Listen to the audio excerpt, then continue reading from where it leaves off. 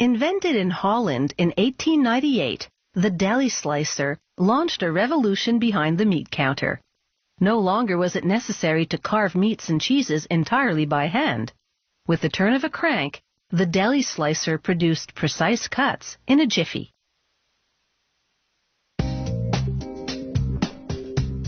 The modern Deli Slicer is powered by electricity, with a manual override for the carriage which delivers food to a spinning blade.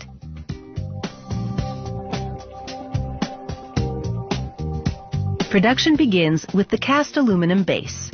A worker installs a cam mechanism which is part of a system for adjusting the thickness of the slice.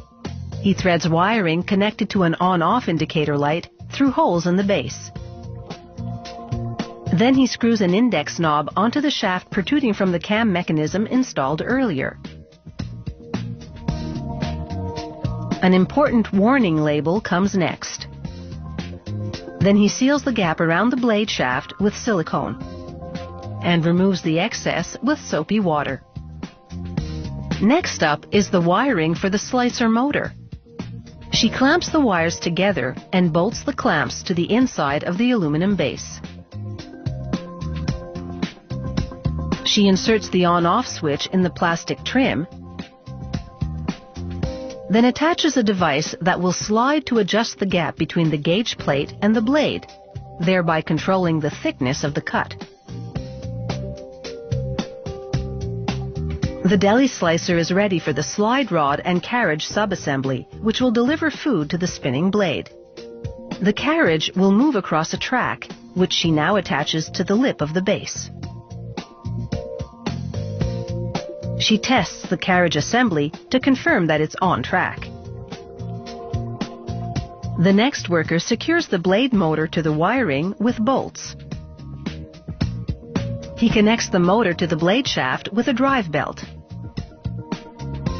Operating the motor allows him to observe the drive belt and pulleys in action, confirming that they operate smoothly. Once the gauge plate is installed, they move on to making the blade. Computer-guided cutters slope the steel surface and carve a precise bevel onto the rim. It goes from a rough blank to a precisely shaped blade in just minutes. The next worker etches the company logo and production date into the blade metal. Another lathe pre-sharpens the blade to the point where it could cut through something as fine as 4/1000ths of a centimeter.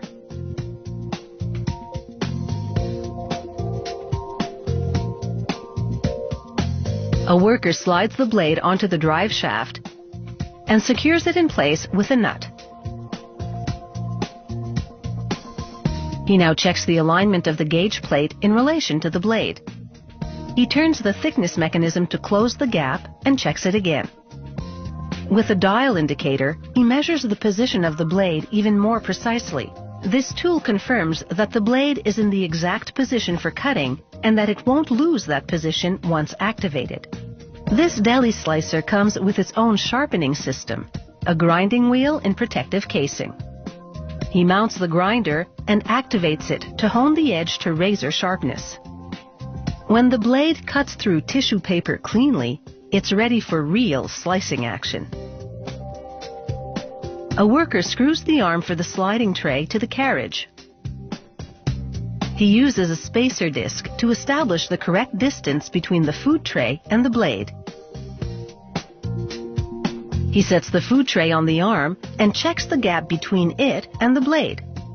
Once the two are correctly aligned, he removes the spacer and latches the safety guard to the blade. Now for a test, verifying that the tray doesn't drag or scrape against the blade guard. Below, they've installed rods to move the carriage on the track. The system can be manually operated or driven by a second motor. Finally, a worker cleans this slicing machine until it gleams.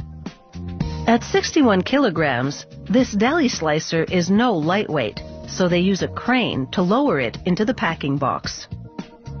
Hefty and heavy-duty, this Deli Slicer should have what it takes to cut it at the meat market.